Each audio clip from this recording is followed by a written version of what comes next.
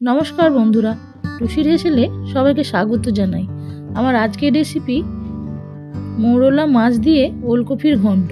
তার জন্য আমি আগে থেকে আলু আর ওলকপিটাকে কেটে ধুয়ে পরিষ্কার করে রেখে দিয়েছি। এখানে আমি লম্বা করে আলু আর ওলকপিটাকে কেটেছি। আপনারা আপনাদের প্রয়োজন মতন সাইজ করে ওলকপি আর আলুটাকে কেটে নেবেন। মৌরলা মাছটাকেও আমি নুন হলুদ মাখিয়ে আগে থেকেই রেখে দিয়েছি। এই রেসিপির জন্য আমার যে মশলাগুলি লাগবে, ধনেপাতা, কাঁচা লঙ্কা, আদা রসুন পেঁয়াজ বাটা, লঙ্কা গুঁড়ো, চিনি, একটু সবজি মশলা নিয়েছি, এখানে হলুদ, আর ফোড়নের জন্য নিয়েছি দুটো তেজপাতা, একটা শুকনো লঙ্কা আর রাঁধুনি। প্রয়োজন মতন নুন নিয়েছি, আর নিয়েছি টমেটো, আর একটু মটরশুঁটিও এর মধ্যে আমি দেব। আর এই পুরো রান্নাটা আমি সর্ষের তেল দিয়ে করব। আপনারা রেসিপিটা দেখতে থাকুন।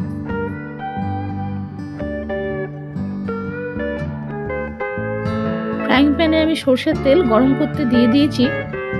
এরপরে মাছগুলোকে আমি অল্প অল্প করে ভেজে নিচ্ছি। মাছগুলো আমার সব ভাজা হয়ে গেছে। এবার ওই তেলের মধ্যেই আমি রাঁধুনি আর শুকনো লঙ্কা আর তেজপাতাটা ফোড়ন দিয়ে আলুগুলোকে ভেজে নিচ্ছি। অল্প পরিমাণ হলুদ দিয়ে দিলাম। এরপরে ওলকপিগুলোকে দিয়ে একটু ভেজে নেব।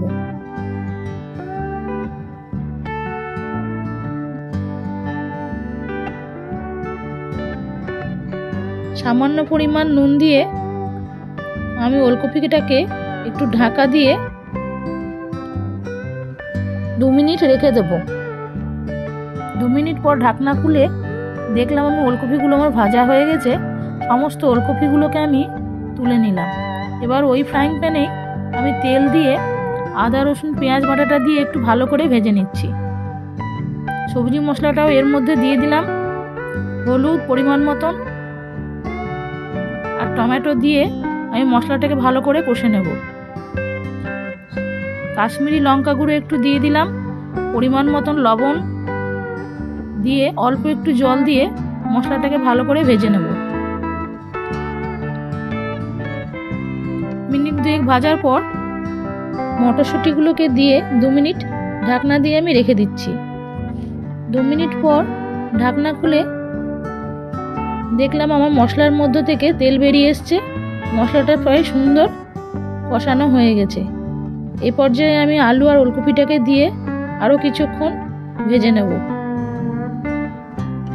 সবজিটা আমার বেশ কিছুক্ষণ ধরে ভাজা হয়ে গেছে।